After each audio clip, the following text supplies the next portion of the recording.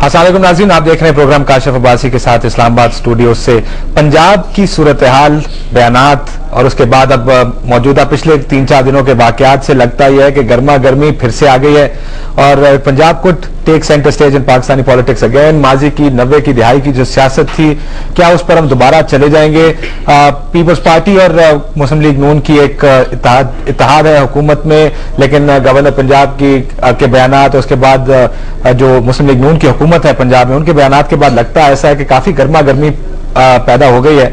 हालात किस तरफ जाएंगे? क्या ये हुकूमत चल पाएगी, नहीं चल पाएगी? आगे अगले 2-3 महीने किस तरह के होंगे? कल हमारे यहाँ प्रोग्राम में ख्वाजा साद रफीक साहब मौजूद थे। उन्होंने कहा दिसंबर तक का वक्त है जब PMLN बैठ के देखेगी कि हुकूमत की कारकर्दगी क्या होती है, उसके बाद सही ऑपोजिशन का आगाज हो जाएगा। क्या ये वो ऑपोजिशन है जो हम 90 की दिहाइयों में देखते हैं? इस पर बात करेंगे अपने आज के प्रोग्राम में। मेहमानों का तारुफ करा दें।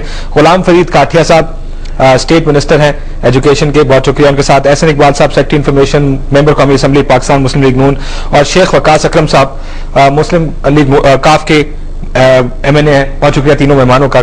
शेख साहब आपसे शुरू करते हैं। ज़ाहिर है these two are the major parties, इत्तेहाद का हिस्सा है। आपको पंजाब की सूरत हाल क्या नजर आ रही है? जब आप दूर बैठ के, आप एक बहुत अहम हिस्सा है पंजाब की सियासत का, लेकिन उस हुकूमत का हिस्सा नहीं, लेकिन दूर से बैठ के आपको क्या लग रहा है? क्या वाकई हीट अप हो रही है सिचुएशन पंजाब में?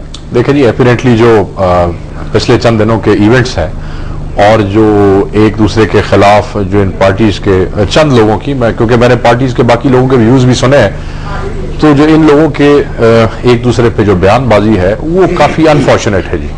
अनफॉर्चुनेट इस हवाले से है कि जब इन दोनों मेजर पार्टीज ने इलेक्शन लड़ा था, ऑब्वियसली हमारे खिलाफ जब इलेक्शन लड़ा इन दोनों ने, तो एक बहुत प्रोमिसेस किए गए थे मुल्क को खुशहाली की तरफ ले जाने के, पॉलिटिकल कन्फ्रंटेशन खत्म करने के, रिकंसिलिएशन करने के, नेशन को इकट्ठा करने के, विक्टिमाइजेशन खत्म करने के, और शायद गड़े मुर्दे उखाड़ना बंद करना भी शायद इनके एजेंडे पे कहीं हो। अब जो चंद दिनों से हम चीजें देख रहे हैं वो unfortunate as a political scenario में इस तरह है कि इसका कोई कौम को फायदा नहीं हो रहा जी।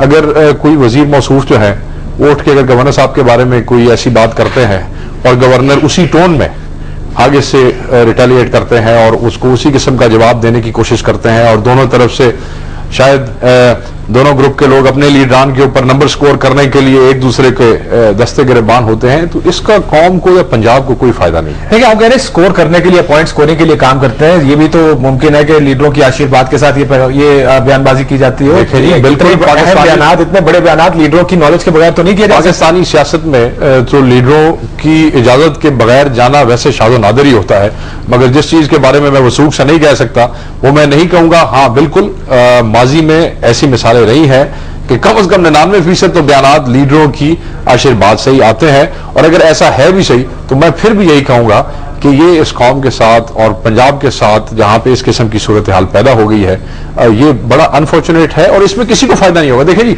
हम तो वहां पे माइनॉरिटी में है ना जी, हमारी तो तादाद नहीं है इतनी कि हम हुकूमत बना सकें, हम तो वहां पे बैठे हैं ऑपोजिशन के अंदर। अब जो मेरी जिम्मेदारी आ जाती है वो आ जाती है कोalition पार्टनर के ऊपर। इन्होंने डिलीवर करना है, हमने अगर कोई अच्छी चीज है तो हमने मुस्बत उस पर रवैया अख्तियार करना है, अगर कोई बुरी चीज है तो उसको हमने क्रिटिसाइज करना है। That could change also. जो आपकी पोजीशन है इस वक्त ऑपोजिशन की पंजाब में, अगर पंजाब हीट्स अप तो आगे पोजीशन में मैं आपको बताऊं जी, इसमें ये कोई ऐसी अगर ऐसी पोजीशन चेंज भी होती है तो ये कौन सी कोई बुरी बात है?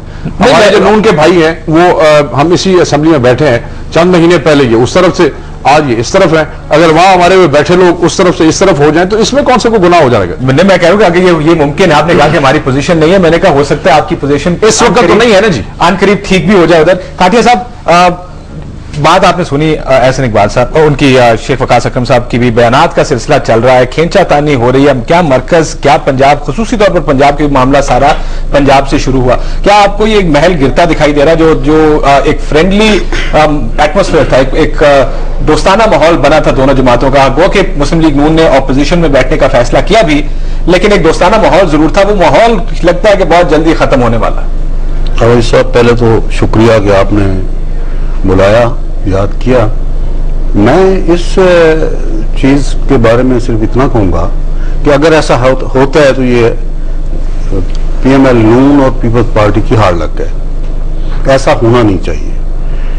ये जो दोनों तरफ से इतनी तुंद बयानबाजी है ये मुनासिब नहीं है, इसको रुकना चाहिए।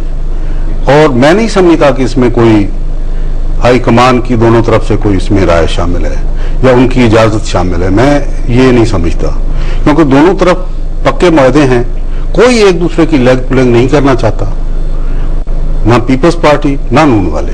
ये एक कोई ऐसा उभर आया है कि टीवी पे, अपने वीडियो पे, फोनों पे गवर्नर साहब के खिलाफ एक गलीज प्रोपेगेंडा शुरू हो गया है, मालूम नहीं किस कारण से और आप कहते हैं कि लीडरों को पता नहीं है इस चीज का। मैं नहीं समझता कि कोई इसमें किसी की आशीर्वाद लीडर की हो, लेकिन बयान एक दफा आता है और लीडर उसका नोटिस ले लेते हैं, रोज बयान आता है, लीडर को पता नहीं कि बयान आ रहे हैं। पार्टियों में ऐसे लोग भी होते हैं जो चाहते हैं कि ये मिलके ना बैठे, दोनों तरफ, मैं ये नहीं कहता कि एक तरफ, दोनों तरफ ऐसा होता है कि कोई चाहता है कि ये मिलके ना बैठे, और इस चीज को कवर करना, इस चीज को खत्म करना, ये लीडरशिप का भी फर्ज है, और हम जो कारकुन हैं पार्टियों के, हमारा भी फर्ज है कि हम मिलके इसको खत्म करें। तो ये जो आपकी अच्छी उम्मीद है। हसन साहब, एक कंट्रोवर्सी आपसे शुरू हुई जब आपने पंजाब हुकूमत से पीपल्स पार्टी को अलग होने की बात की, क्या आपने अपनी लीडरशिप को बताए बगैर या उनसे पूछे बगैर ये बयान दिया था?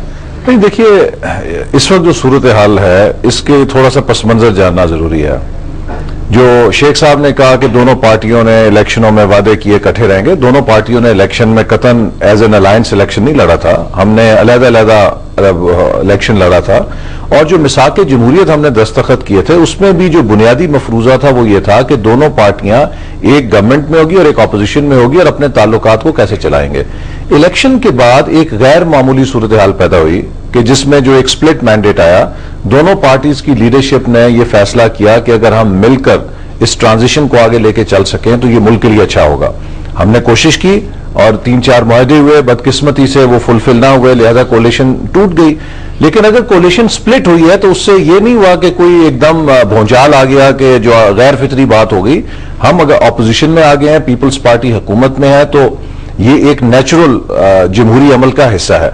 लेकिन ये भी कहा जाता है कि मैं वो आपकी बात बता, जो मैंने बात की थी वो उस वक्त ये कहा था कि जब हम मरकज में कोलिशन से अलहदा हुए, कि जैसे कि पीपल्स पार्टी मौलाना फजलुर रहमान साहब की एमएमए पर एतराज करती थी कि जी मरकज में आप ऑपोजिशन में हैं, बलूचिस्तान में हुकूमत के साथ हैं, आप अपने आप को क्लियर करें कि आप कहां पे हैं। तो मैंने उस वक्त ये कहा था कि अगर हम ऑपोजिशन में आए हैं मरकज में, तो इसी तरह अगर पंजाब में भी पीपल्स पार्टी ऑपोजिशन में आएगी तो दोनों जमातों के लिए ये लॉजिकली ट्रांसपेरेंट होगा और लोगों को इबाम और तजाद नजर नहीं आएगा। लीडरशिप की नॉलेज में ये हुआ ना। जी जी। उसके बाद जब पीपल्स पार्टी ने ये डिजायर किया कि नहीं हम कोलिशन के अंदर रहना चाहते हैं, तो हमने स्टेबिलिटी ऑफ द सिस्टम के लिए उसे वेलकम किया कि ठीक है।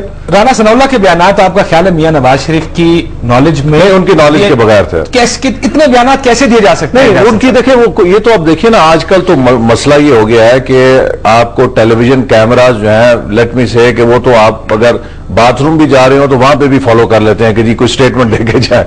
तो वो एक्सटेम्पोर किसी से कोई अगर स्टेटमेंट चली जाए ऑन इज ओन, हर वक्त आपके पास ये वक्त तो नहीं होता कि आप फोन करके क्लियरेंस लें कि जी मैं ये बयान देने लगा या नहीं हो, और उसके बाद आप अपने अखबारात में देखा है नवाज शरीफ साहब ने वाजे तौर पर कहा है कि ऐसे बयानात से गुरेज करना चाहिए। और मैं ये भी आपको वाजे कर दूं, देखिए ना पीपल्स पार्टी को सूट करता है कि ये सिस्टम गिरे पंजाब में, ना हमें सूट करता है। क्यों? हमारी इस वक्त वहां पे हुकूमत है, अगर वो डिस्टेबलाइज होगी, हमारी हुकूमत का एजेंडा खराब होगा। हम एक गुड गवर्नेंस पे और कोशिश कर रहे हैं कि एक अपनी कारकर्दगी से वहां पे हुकूमत का निजाम चलाएं।